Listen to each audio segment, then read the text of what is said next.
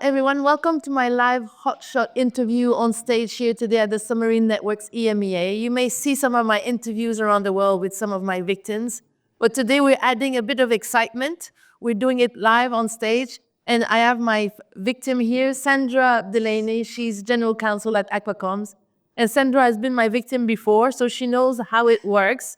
Welcome to the hot seat, Sandra. Thank you, Isabel. So, Sandra, we've talked about a lot of challenges, opportunities in the last day and a half. What do you think is the biggest challenge in the subsea industry at the moment? Yeah, I think we've covered quite a lot in the last couple of days. I mean, our supply availability continues to be an issue for the industry. But I think certainly in my area, which is focus on regulatory, etc., we're seeing increasing challenges coming at the government level. Less on the regulators, but at the policymakers, as I think a lot of countries are waking up to the importance of these strategic networks and looking to see what they may need to do to protect these as they build their own national protection plans and resilience plans. And I think that's going to see an increase in focus, and it's important for the industry to stay close to that and try and direct that rather than having the increased regulation, which we're seeing right across the world in relation to that. Okay. And also, I mean, we've talked about the explosion of traffic on the panel just now, and a lot yesterday. We've talked about sustainability. So, in my mind, is it possible for subsea cable operators and owners to balance the ESG sustainability goals while supporting all this explosion of traffic? Yes, I mean, while this is a traditional industry where you look at your ship and you go out and laying the cable, but I think a lot of the work which the whole industry has been doing throughout the supply chain and obviously onto the operators is actually explaining the narrative in a better way. Because, I mean, you look at your investment over the life of the cable, not just in one installation. You look at all of the protections that are being put in place in relation to that to prevent repairs, etc. And I think a lot of the work that Suboptic has done in bringing that all together, sharing the information among the industry, putting the metrics out there, putting the recommendations has been extremely helpful in allowing the industry to demonstrate how they're achieving those goals. Okay.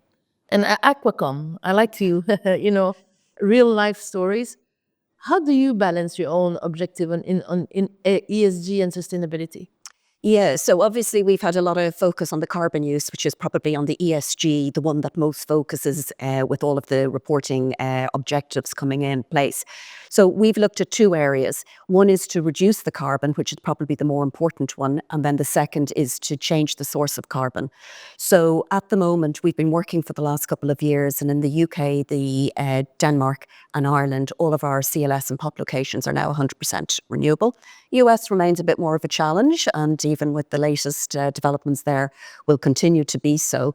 And then the second thing is in actually reducing the carbon footprint, which is the more important one. So that's looking at everything from, removing unused equipment, looking at the actual makeup of the cooling machines, etc., what can be more sustainable, and then working with our partners in relation to the lighting layer to be there and follow their map. So we'd recently trialled WL6, and as soon as that becomes commercially available, we do have one or two customers who are looking to equally follow us on that journey.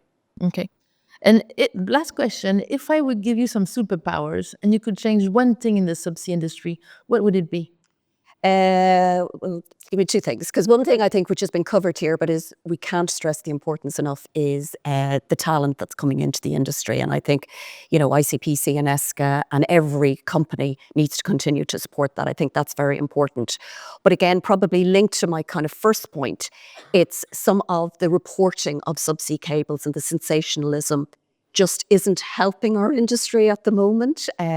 So trying to get a more balanced viewpoint out there. But I suppose, the headline of suspected threats to subsea cables doesn't exactly have the same impact from a consumer point of view of, isn't it great what subsea cables can do to connect people and provide capacity, etc. But I do think that's where we at the industry, with the support of the organisations, that's what I'd like to change.